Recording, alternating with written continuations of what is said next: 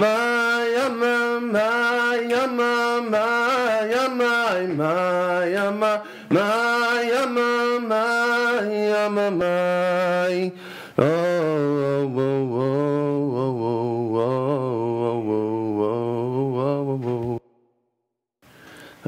boom ba boom bam ba boom bam ba boom bam bam ba dum bum bum ba boom bam bam boom bam ba boom bam boom boom.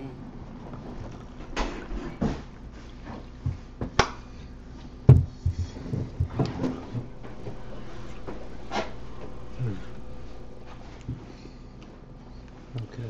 Yeah.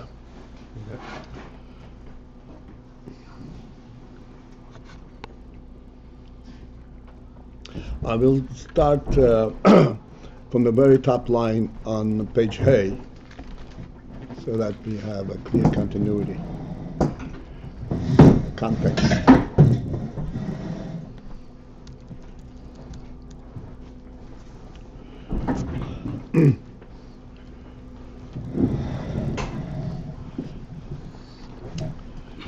The Torah is called Derech Havaya. Derech is a pathway, a roadway, that connects multiple locations, multiple cities. And in the Derech there is the major highway, and then there are offshoots that connect to smaller villages, smaller cities along the way. And then within that and so forth, it's a complete labyrinth of pathways. And there is and the muscle for this is the conduit of water. Why did we branch off to speak about the conduit of water instead of speaking of the path of the roadway? It is that in the conduit of water, the point that we want to bring out is more clear, even though it is also applicable in the derech. All this is actually a mashal to illustrate the kav phenomenon. This is all a mashal for the derech with the kav, right?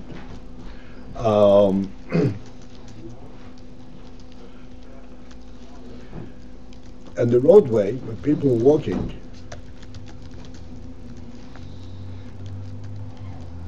there is not a particular requirement that the street that leads to your home be just one lane or be just one way.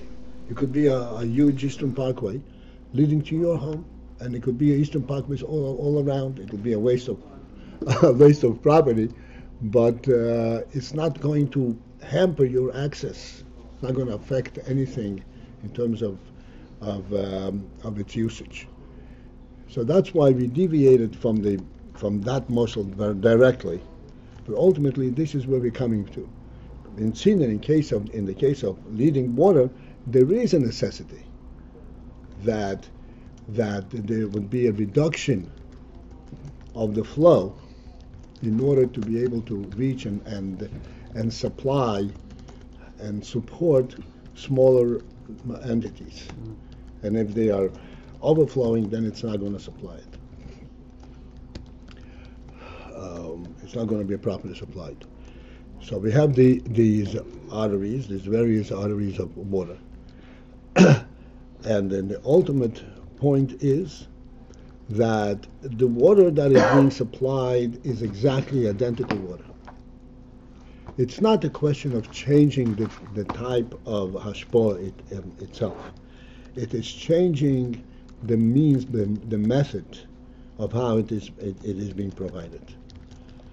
And the change of method, this is what facilitates the various levels and the various recipients.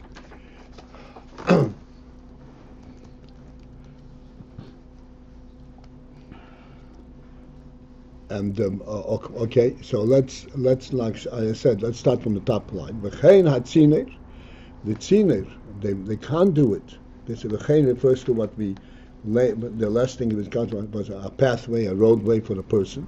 A person goes on this way. The tzina, the conduit hurak, that its effect is only mashahamayim misamtzimim boy. It is that the waters are contracted and lessened, reduced. The quantity and the flow and the power of the flow is reduced in the tziner. Just like avol, this is important. Avol bod hoyikin hu amayim. The principle is not the conduit, but the mayim themselves, the water themselves. Shebe'etzem, where in essence, hey mei hanor habilti mitzumtzom. They are the very same waters of the river, habilti mitzumtzomim, that are not reduced, that are not limited. So, in the case of the human being, of the person, we can readily understand, readily see, that when you have smaller conduits, smaller tributaries and roadways and pathways and alleyways, the human being remains exactly the same. And all of these pathways facilitate his access to smaller and smaller entities. But the person remains the same. We have to, from this, transfer to the muscle of the conduit of water, and there too understand that even though there the waters are actually affected, the human being is not affected whether he is walking. That we clearly see. He can walk, for example, with the same speed in a small alley as he walks on a highway. It doesn't reduce. It doesn't affect him at all. Yet we understand the significance and the function of the smaller alleys.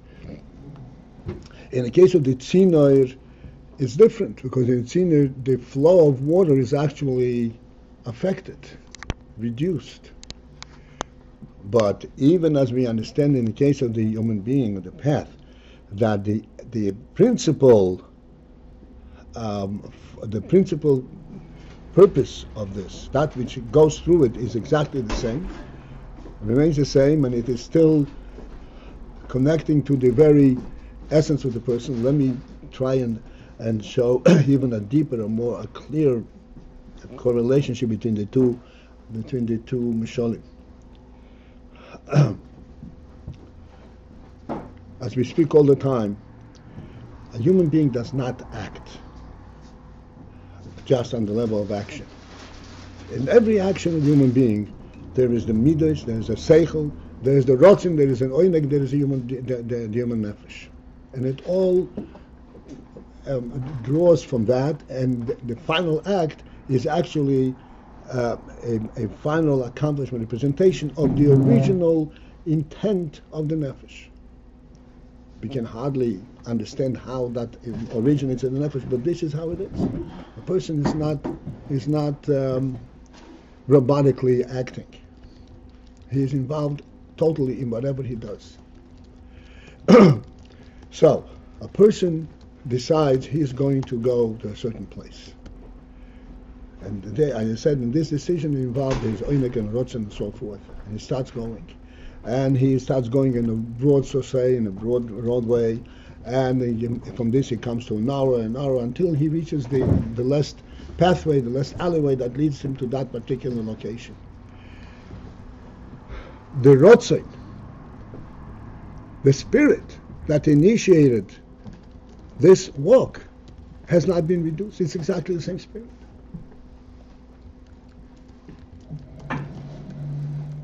We're not talking just his feet and hands have not been small, have not been. Of course, that's obvious. We're talking about the very essence that initiated the whole walk. Didn't change, even though the action itself may have been is different. Like, for example, you drive up to a certain place, and a certain place you just walk. But the spirit has not been changed. This is the important thing. This is what this is all about. And the same thing is in the waters. The water are misamtzim, are contracted, are reduced, and the flow is reduced. but it's the same waters that originate in the water, in the river. Okay, at the end of the second line. The similar thing is applicable be'amshoch as hakav, talking about the hamshoch of the kav. And the word kav again means a line, which means it's a narrow pathway coming from Ein Sof, Oyer Ein Sof. And this pathway, as we always point out, this is what makes it related to worlds, as we'll see, and because there is a hamshocha, there is a process. The world must have a process element. So, ma shehu bebechinas kav, hu bechinas atzimtzum, the fact that it is in the form of a kav. This is the tzimtzum element in the kav. This is not the real thing that is being brought down. You're not bringing down the tzimtzum. You're bringing down whatever the kav is bringing down. So the fact that it is bechinas kav, this is the tzimtzum element. Mashenim dat lefiyerach ha'elamis. The fact that it was measured lefiyerach ha'elamis to approximate worlds. But in essence, what is the kav? What is the kav carrying? But more importantly, what is the spirit behind this which the kav is carrying? Hu hamshocha the bechinas ein sof applicable. So hamshocha of the ein sof applicable. That is what the kav is actually representing.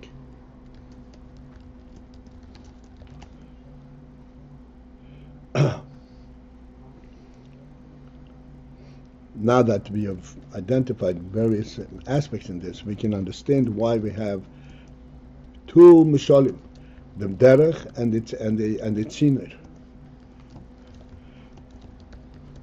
In the tziner, we can readily identify the tzimtzum element. In the derech, we can readily identify the Ein Sof element. The Ein Sof element. As we said, that the spirit that carries a person all the way up the second story is the same spirit.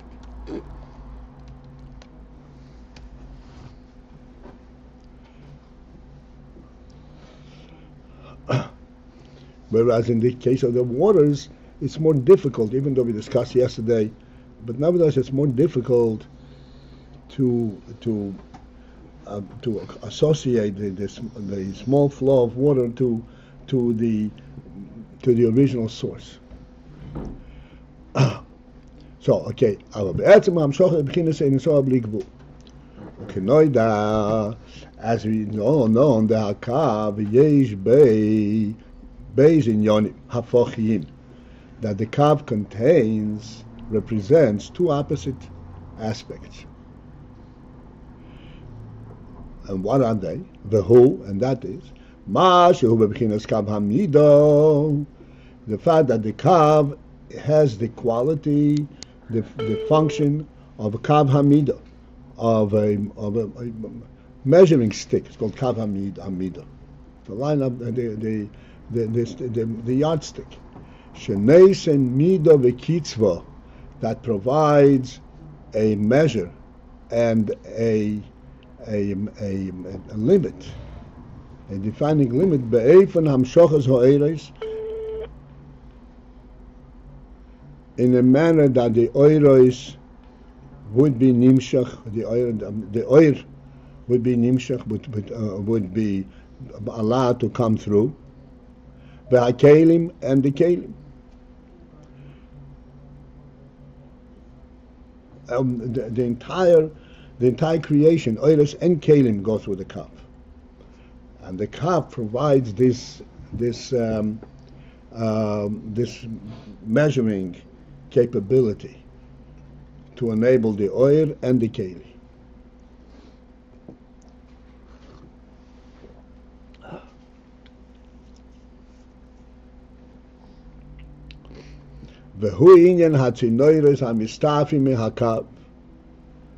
Ultimately, these measurements in the Oiris Kelim, these are the tzinoiris, these are the various conduits, amistafim in hakav that branch off from the kav. The hainu, which is, what are the multiple tzinoiris? It is b'medida, with in a measured manner. And what is it measuring for?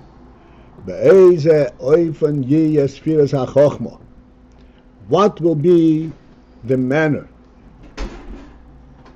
that will be shown and revealed in the Sfiras HaChochma, b'bchinas ha'oir v'ha'keli shalo, in the aspect of oir and keli of that Sfira. The Kav provides the ability to measure that and to ultimately facilitate the existence of Sfiras HaChochma that receives oir and keli, she'akoil nimshach u'mizhava min hakav. Everything, both the oir and the keli, even the Sfiras HaChochma, this is all mizhava, it comes from the kav.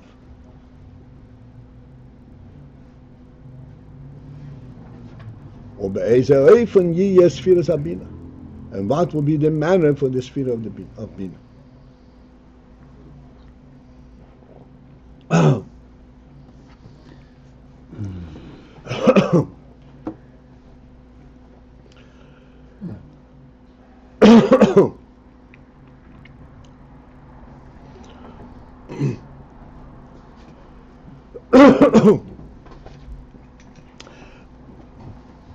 Okay, this is a general statement.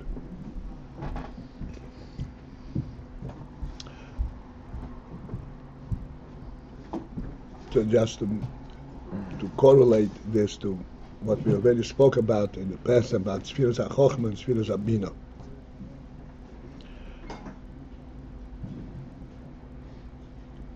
And we explained that Chochma, in a certain sense, is not even a hamshocha, because there isn't any kind of a change. Chochma is a gilui of a keser. Chochma is a recipient not by virtue of its keder, by virtue of its bittul. It relates to the source itself.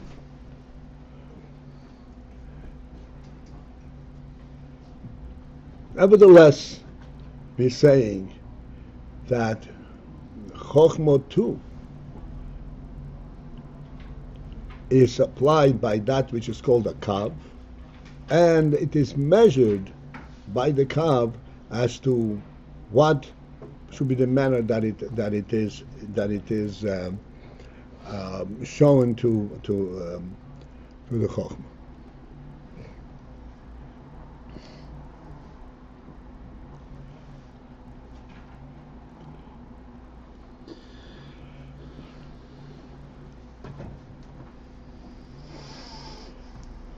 Chochma, it's a favorite discussion because it's extremely significant. So we take the analogy of eyesight, which we always point out that eyesight, even though it's totally physical, it's not physical at all, and it is a perfect example for Chochma on the physical level.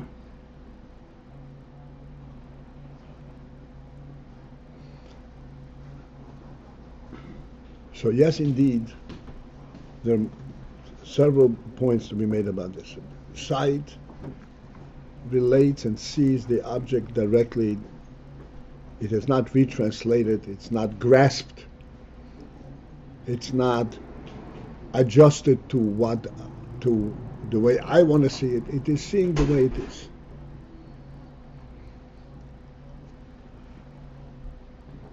But when we think about it a little bit further and more focused, we realize several things. Number one, the Rebbe provided us with two eyes. So there are two points in this. Number one, it's two eyes, not one eye. which means that in Chokhmah we can see from multiple angles at the same time.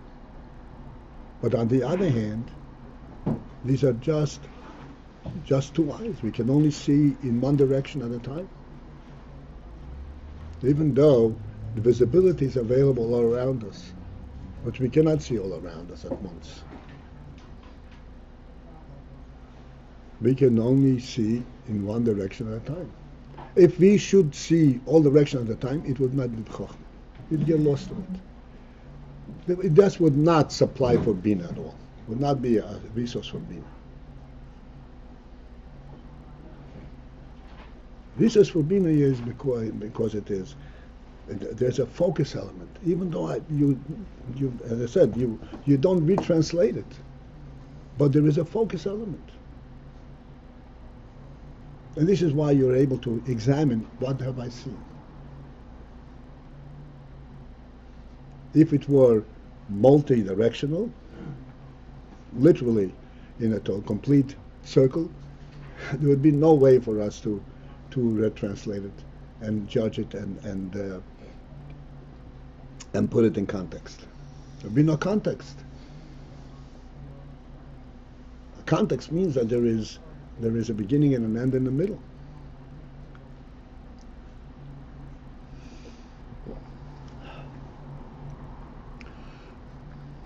This is the principle of Chokhmah. What is being shown to the Chokhmah is being shown in a manner. It is a Rotzen, but as we said, that what Chokhmah sees in the Rotzen is actually the Chitzoni is a Rotzen.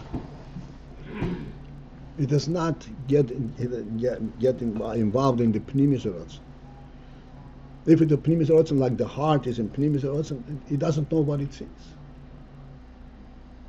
It just has the reality itself.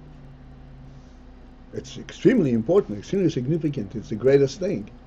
But there's no chokhmah, there's no judgment, there's no measure. There's no way to transmit it to further conduits and further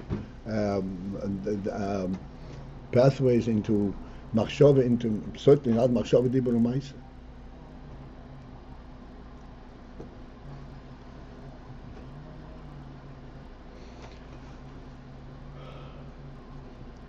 All this is facilitated. Okay, this is in the moshel, and then the nimshel is exactly identical this way. There is oir ein sof. Just as we point out that the rotzoin and nefesh, this is tantamount to ein sof. This is the reality of the nefesh itself. In seichel, we always are not tempted, but there's a requirement to explain, okay, what is this about? Where is it coming from? Where is it going to? In Rotzen, there are not no such questions. Because Rotzen stands for a fundamental real truth, a godly truth. Doesn't need to justify itself. So, hey, this is just real. So if Chokhmah were given the entire impact of Rotzen, he would not be Chokhmah.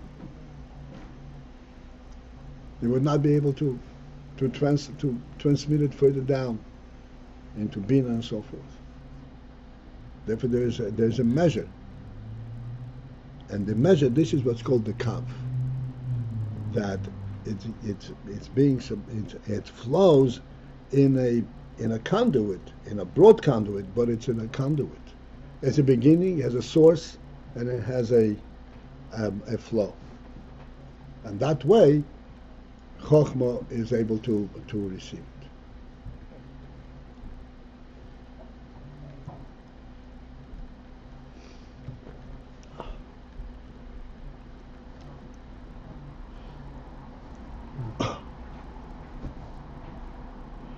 Bichlolus, overall, this is what we are identifying specific in the kav.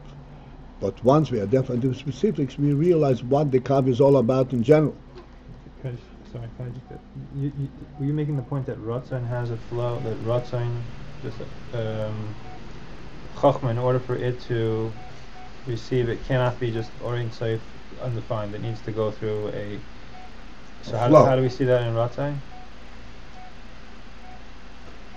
This is the Kitzoynes of Rotzen element. Rotzen is there is the essential Rotzen. This is Rotzen. This is the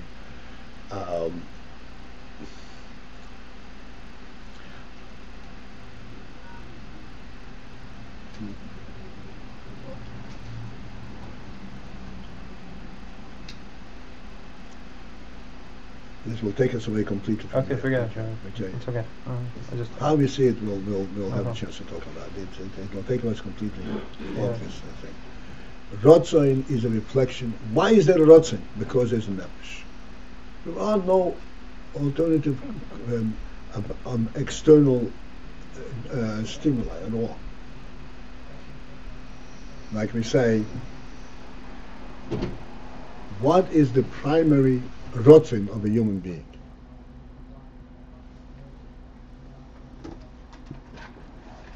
You remember that? What is the primary Rotzoin of a human being?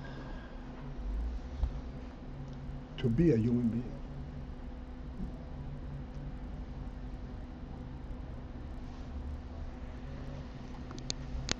He wants to be what he is. He wants to be what he is. That, because he is a living thing, he wants himself. He wants to be what he is. This is why, at this point, really, all-purpose, most of the host and the guest, no matter what you give the guest, if the host moves away, he has nothing, because he's missing the human element. He can feel his belly, he can feel his taste buds, he can feel everything, but it's not human, and it's got nothing. But this idea is the opposite of the other idea of what it means for it to be human. It's like the opposite, like that way. But the Goyish, of course, I pointed it out. Just the opposite. Right to be kiyuma, but then I spoke about it many times. I'm sure you heard it. It's like the desire to be an animal. Desire just to exist. Again, what is the word? Survival. Survival. That's shtusim v'avonim. Right to be kiyuma means to be what he is. Why does he want to be what he is? Because that is the element, the godly element that he can relate to. He can see the truth, the godly truth, through that pathway. This is what he wants. Is that to say it's also via pathway? It's also part of the kav, or no? It's more. It is part of the kav. Yeah, but this is the oiling serve that goes through the kav. It does. It's measured, but it is. But it's ultimately is bringing oiling serve. This is why we always say that a human being is the godly presence in the world. Human being, godly presence. He is such a vulnerable little entity. It is a godly presence in an extremely measured manner, because he stands for that. He has that spirit of reality and of truth. It seemed like the creation of man was separate from everything else. He breathed into him. That's So right. you might think that's beyond kav, but here we're saying Not always been covered. I just said sight is also too wise. Yeah, but that's different. That's already chokhmah. So the rotzin that's in the human being is really the the spark of godliness. Which is via And the then, kav. which is also by the kav. And then within the human being himself, there are measures of how it comes to his like in Gemara, the Rahman somebody who is sightless is called Sagi Nohar. Why is it called Sagi Nohar?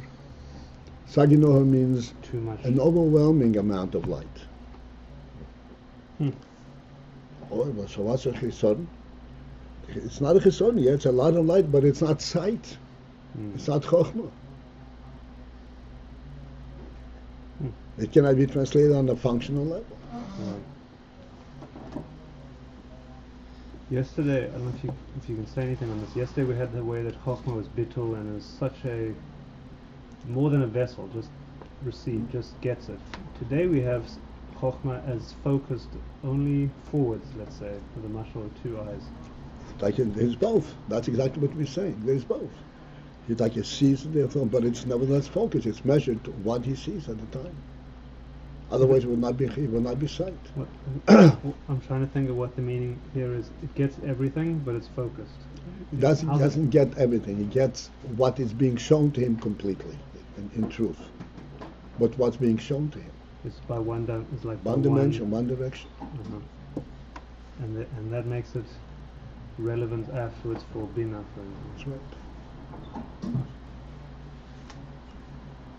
These words, when the deed about Eza, Aypen, Yes, Firsa, Chachma, Bekenes, Avakeli. Shalom. Yeah. What's the point that you want us to get from that? This is the focus element, basically. That it's Eza Aypen means that it's not the whole thing. It's That's right. In what manner will be the representation of Chochmah? What's being shown to it? What's being shown to it, and that's how Chochmah is going to begin to function. To have Chochmah. The reason we're measuring it is because we want Chochmah, not because we are begrudging them a more light, but we want Chochmah to function.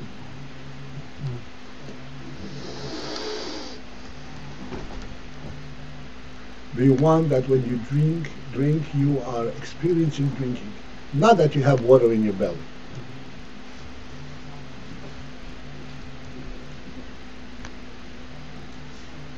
That is when you become a human being, an entity.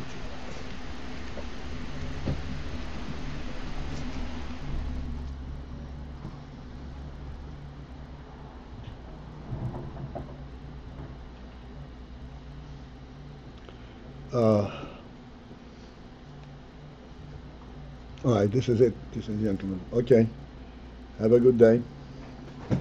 We're up to Bichlolus. Okay, have a good day.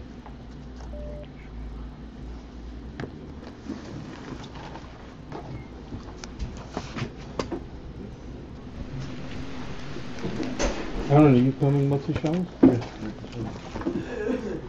With your what? Yeah.